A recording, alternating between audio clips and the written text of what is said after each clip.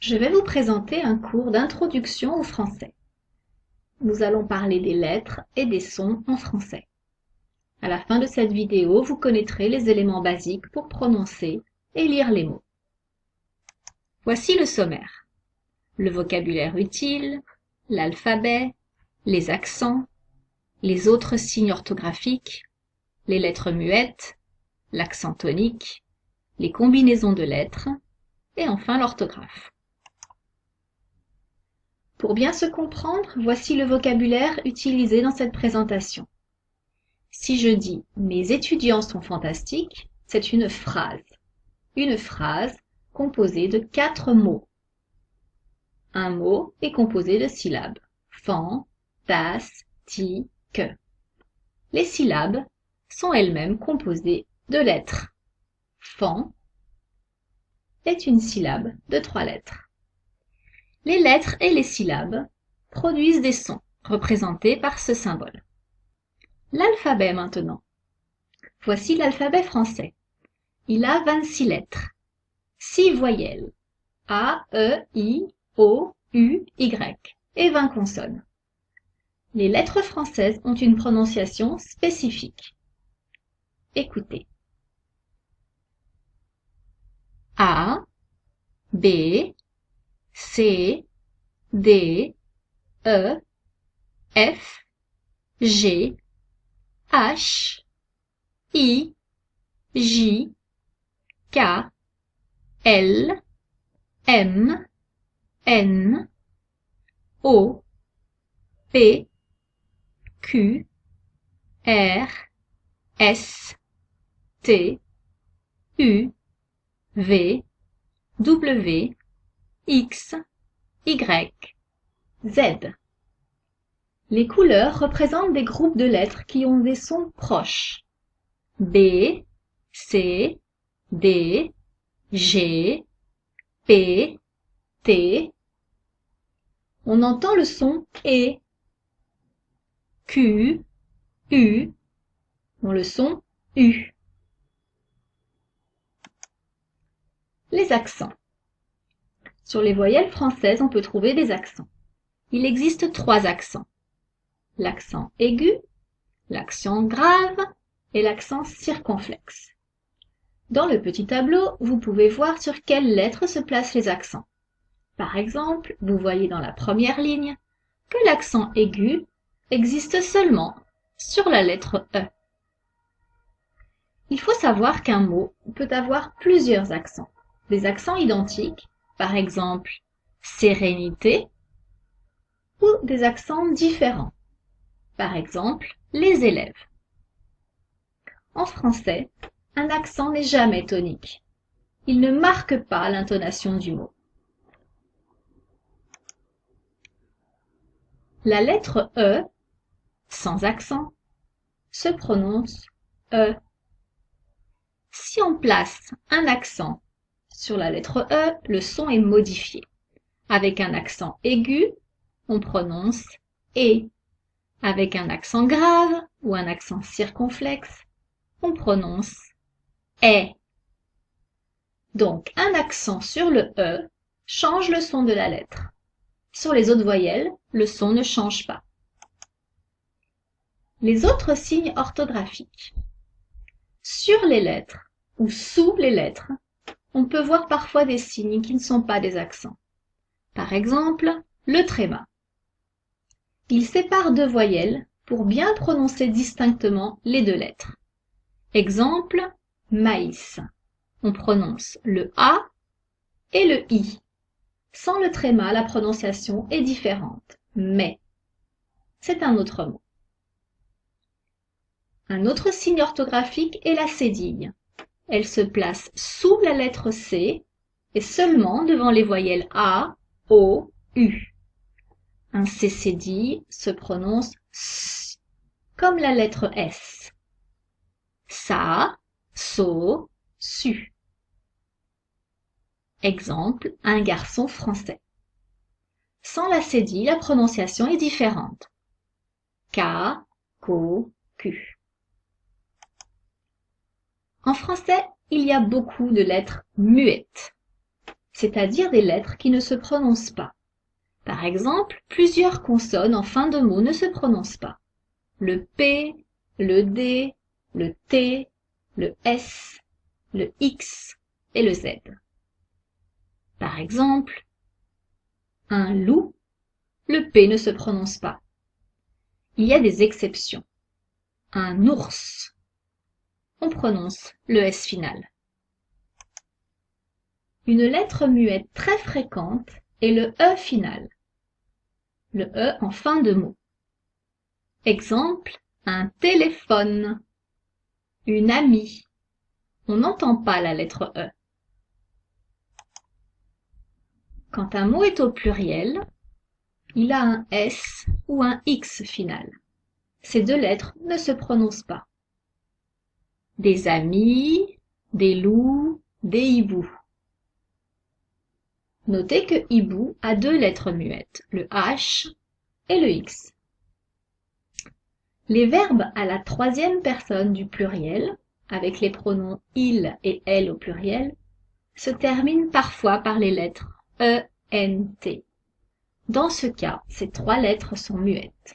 Exemple, il parle. Il y a beaucoup de lettres muettes en fin de mot, mais pas seulement. On rencontre aussi des lettres muettes en début de mot, comme le H de hibou par exemple, ou au milieu d'un mot. C'est souvent un H. Avec ces lettres muettes, on constate qu'une prononciation unique peut s'écrire de plusieurs manières différentes. On dit qu'il y a plusieurs graphies, plusieurs écritures. Par exemple, il parle, il parle. La prononciation est identique, mais la première phrase est au singulier, un homme parle. Et la deuxième est au pluriel, plusieurs personnes parlent. Un autre exemple, ami, ami, ami, ami. Ils ont la même prononciation. Le féminin et le pluriel ne s'entendent pas. Parlons maintenant de l'accent tonique. Il existe en français, mais il est moins marqué, moins fort que dans d'autres langues, et il n'est jamais écrit.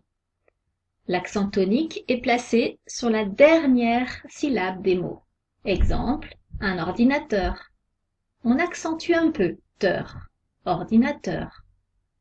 Quand la dernière syllabe est muette, comme dans téléphone, la syllabe ne est muette, on accentue la syllabe précédente, téléphone. Parlons maintenant des combinaisons de lettres. En français, il existe beaucoup de combinaisons de lettres qui produisent un nouveau son. 2 ou 3 lettres placées ensemble qui vont produire un son. Des associations de voyelles et de consonnes. Voici 4 exemples de combinaisons de 2 consonnes. C et H produisent le son ch, comme dans chat. P et H produisent le son f, comme dans photo. G et N produisent le son ng, comme dans ligne. G et U produisent le son g, comme dans bague. Voyons maintenant des combinaisons de 2 voyelles. E et I produisent le son E, comme dans abeille. A et U produisent le son O, comme dans auto. O et U produisent le son OU, comme dans loup. O et I produisent le son OUA, comme dans moi. On peut aussi faire une combinaison de 3 voyelles, E, A, U, qui produisent le son O, comme dans le mot cadeau. 2 combinaisons de lettres en fin de mot produisent le son E. C'est la combinaison E et R, comme manger, cuisinier, mais aussi la combinaison E et Z, vous mangez. Certaines combinaisons de voyelles et de consonnes s'appellent des voyelles nasales. Le son est produit par le passage de l'air dans la bouche, mais aussi dans le nez. d'où le terme nasal. Par exemple, A et N produisent le son en, comme dans balance. O et N produisent le son on, comme dans le mot avion. A, I et N produisent le son un, comme dans le mot main. Attention, vous voyez, le nasal peut avoir plusieurs orthographes, c'est-à-dire plusieurs combinaisons de lettres différentes. Le son en s'écrit par exemple de deux manières différentes, E-N et A-N. Certaines consonnes peuvent être doublées. Par exemple, la lettre P. Le son produit, P, est le même que pour la lettre unique. Épeler, appeler. Avec tous les exemples précédents, vous comprenez que quand vous entendez un son en français, il peut s'écrire de plusieurs manières différentes. C'est une particularité de l'orthographe française et une difficulté pour lire et écrire quand on est débutant. Voyons un exemple. Le son O. Il a trois orthographes différentes. La lettre O, comme dans moto, A et U, comme dans auto, E-A-U, comme dans bateau. Un autre exemple maintenant. Le son S. Il a quatre orthographes différentes. La lettre S, comme dans serpent, un double S, comme dans tasse, un C cédille, comme dans garçon, et la lettre C, comme dans cinéma. Voilà, cette présentation est terminée. Vous pouvez la réécouter plusieurs fois pour mieux la comprendre. J'espère qu'elle va vous aider à mieux comprendre surtout les lettres et les sons en français. Une expression française dit « Petit à petit, l'oiseau fait son nid ». Cela signifie qu'en avançant par petites étapes, avec de la patience et de la persévérance, on atteint son but. Si vous voulez bien comprendre, parler, lire et écrire en français, si c'est votre but, vous devez pratiquer régulièrement et ne pas vous décourager. Tiens, vous avez remarqué que dans cette phrase « Petit à petit, l'oiseau fait son nid », il y a 4 lettres finales muettes